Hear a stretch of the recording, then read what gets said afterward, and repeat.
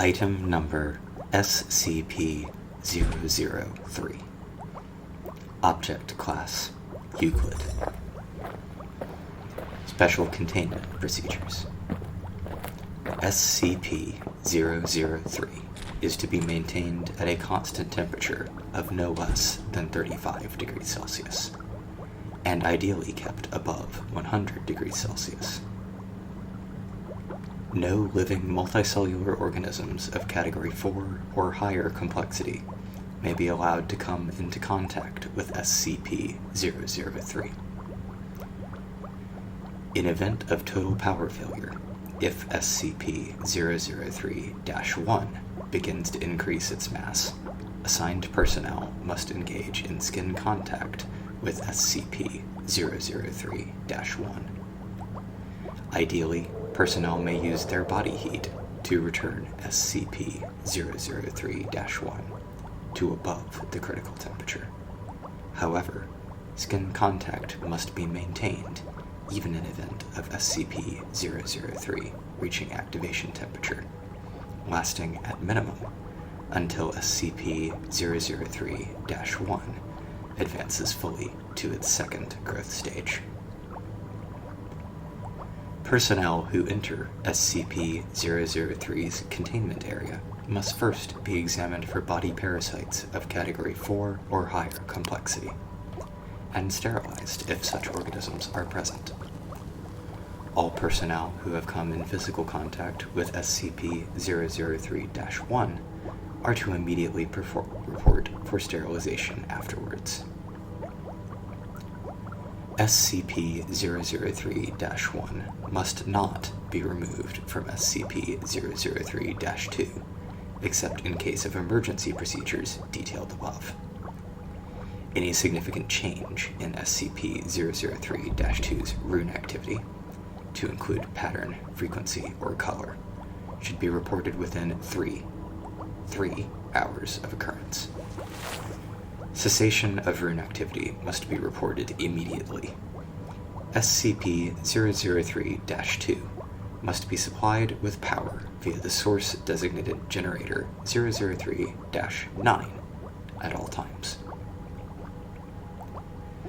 SCP-003 consists of 2 related components of separate origin, referred to as SCP-003-1 and SCP-003-2. SCP-003-1 appears to be composed of chitin, hair, and nails of unknown biology, arranged in a configuration similar to that of a computer motherboard. Testing reveals SCP-003-1 to predate earliest known circuit boards by a factor of thousands of years.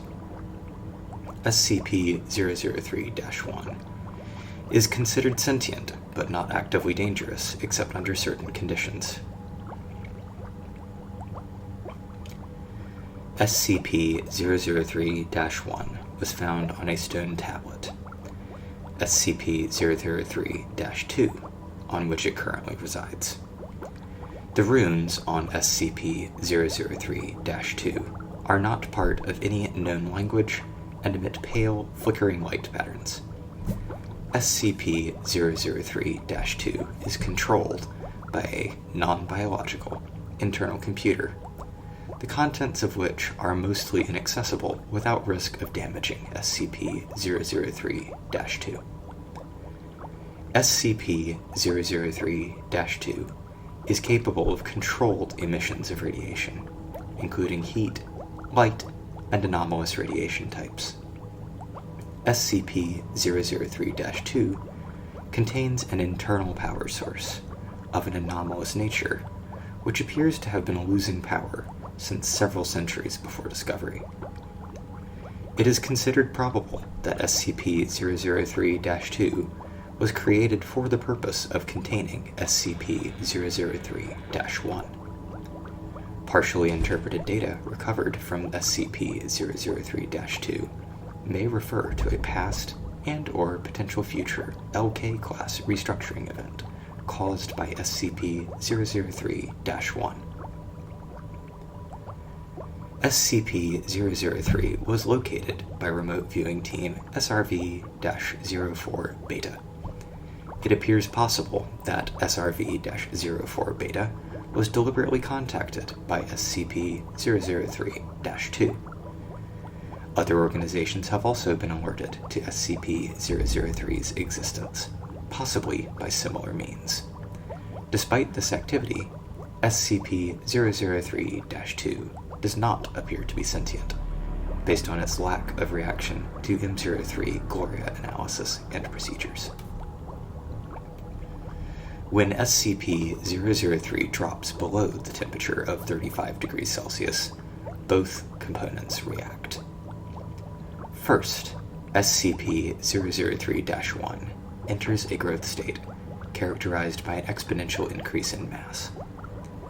This growth state consists of two stages. In both stages, SCP-003-1 partially fuels its growth by converting matter around it, starting with any surrounding inorganic material, including atmospheric elements, then non-living organic material, including cells of dead skin, hair, chitin, enamel, keratin, and other biological materials. The first stage is always the same. SCP-003-1 will first increase its mass, then take a form similar in shape to an ophiuroid, or a brittle star, of 15 meters in diameter, including what appears to be a central processor of 3 meters in diameter. It will form sensory organs that appear to scan its surrounding environment, and will partially convert the area around it to an unidentified anomalous substance. SCP-003-2 appears to be immune from conversion. The second stage describes a growth alteration which occurs when SCP-003 comes into contact with living organic material. SCP-003 appears to template itself off of the organic material, and will attempt communication with organisms that match its initial template or templates. In its second stage, SCP-003-1 may pause, slow, or change its growth, and will also convert inorganic and non-living organic elements into functionally similar structures, while anomalously altering their physical makeup. While growth is consistent in the first stage, in the second stage, SCP-003-1's growth rate is diminished by 20 to 90%, so long as SCP-003-1 remains in contact with living organic material. The percentage is determined by the complexity of the organism or organisms in contact with SCP-003-1. SCP-003-1 appears to devote a large amount of processing power to analysis of living organic material. During each of SCP-003-1's growth stages, SCP-003-2 releases bursts of radiation that temporarily inhibit SCP-003-1's growth, or reverse this growth when the temperature of SCP-003-1 rises above 100 degrees Celsius.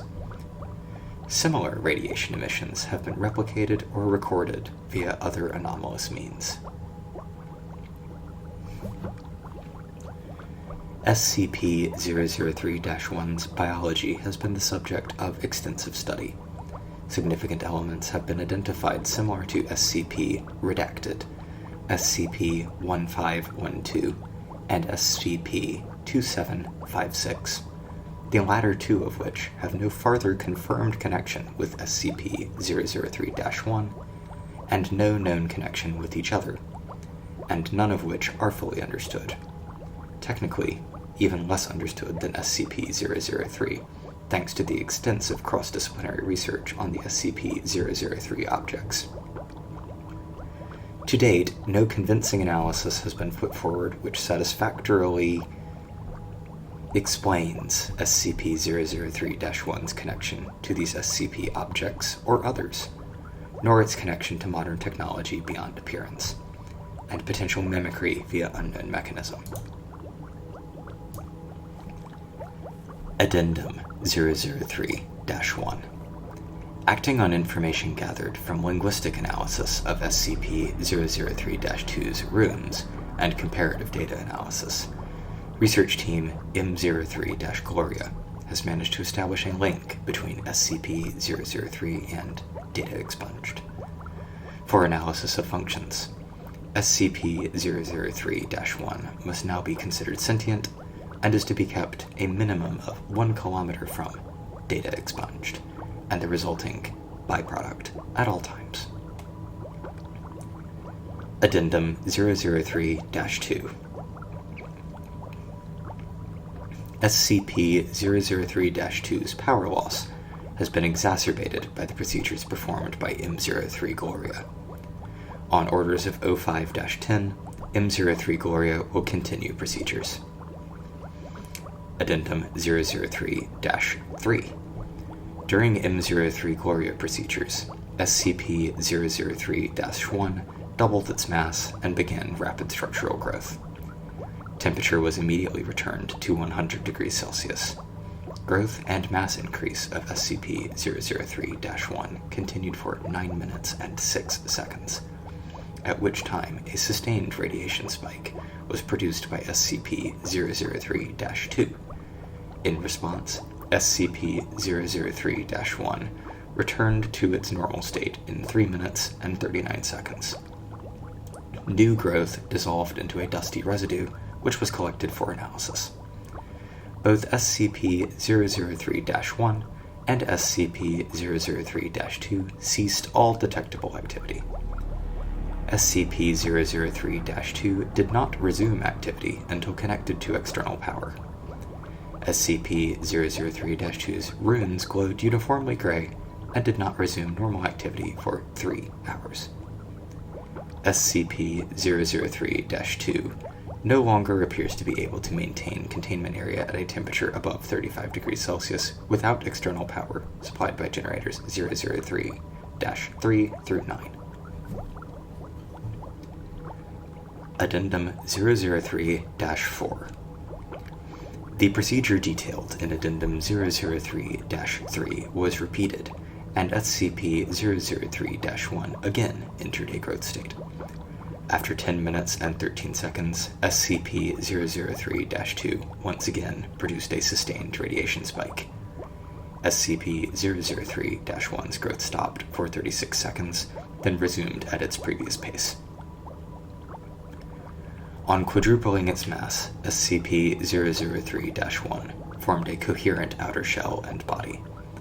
After appearing to scan its environment and partially converting its environment, SCP-003-1 then breached containment, entering the observation gallery where 9 members of M03-Gloria were present. On physical contact with team members, SCP-003-1 encompassed them in rapidly grown appendages and stopped growth for 15 minutes. SCP-003-1 then resumed growth and rearranged the component parts of the center of its form to the shape of a 3-meter-tall female humanoid with peripheral, quote, tentacles, shifting to extrude primarily from SCP-003-1's newly formed hair and spine. SCP-003-1 then produced rudimentary vocalizations in an apparent initial attempt to communicate with researchers. Data expunged. An unknown individual approached the compromised containment area in company of a full squad of agents.